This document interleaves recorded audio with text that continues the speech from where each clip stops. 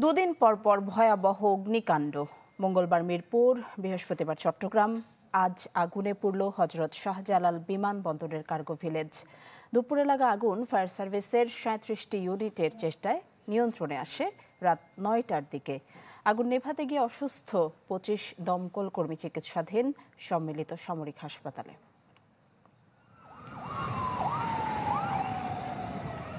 ভয়াবহ আগুনে পুড়ছে শাহজালাল আন্তর্জাতিক বিমানবন্দরের কার্গো ভিলেজ।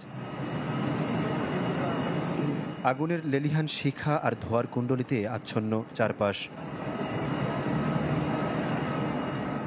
দেশের প্রধান বিমানবন্দরে অগ্নিকাণ্ডের খবরে রওনা হয় ফায়ার সার্ভিস কর্মীরা।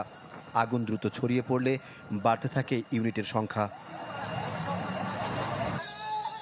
শনিবার দুপুর ২:৩০টার দিকে কার্গো সেকশনের ৮ নম্বর গেটের কাছে আগুনের সূত্রপাত। Maggi hot and spicy blast, test of the nation. বিকেল গড়িয়ে সন্ধ্যা নামলেও নিয়ন্ত্রণে বেগ পেতে হয় ফায়ার ফাইটারদের। আগুন নেভাতে গিয়ে আহত হন কেউ কেউ।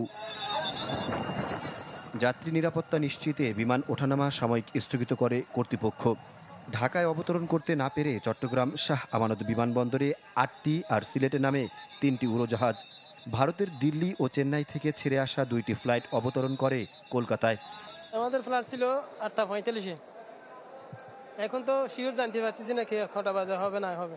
পরবর্তীকে আমরা আদৌ যেতে পারবো নাকি যেতে পারবো না সেটা তো এখনো কোনো নিশ্চিত নেই। ৩:৩০-৪টার দিকে এসেছি, কিন্তু এখন অনেক সাফার করতেছি আর কি। আমরা কোন অবস্থায় আছি তো দেখতেছেন, গরমের মধ্যে।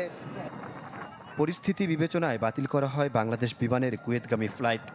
দুর্ঘটনাস্থল পরিদর্শন করতে গিয়ে দ্রুততম সময়ের মধ্যে ফ্লাইট চলাচল স্বাভাবিক করার কথা জানান বেসামরিক বিমান উপদেষ্টা। আপনারা জানেন যে এয়ারপোর্টে ফ্লাইট এই মুহূর্তে বন্ধ আছে।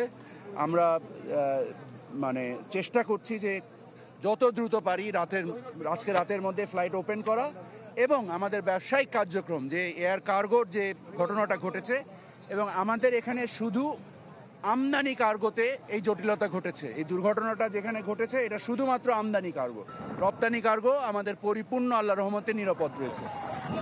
সাধারণত কম ওজনের যন্ত্রপাতি, পচনশীল পণ্য, ইলেকট্রনিক্স পণ্য আমদানি করা হয় শাহজালাল বিমানবন্দর দিয়ে।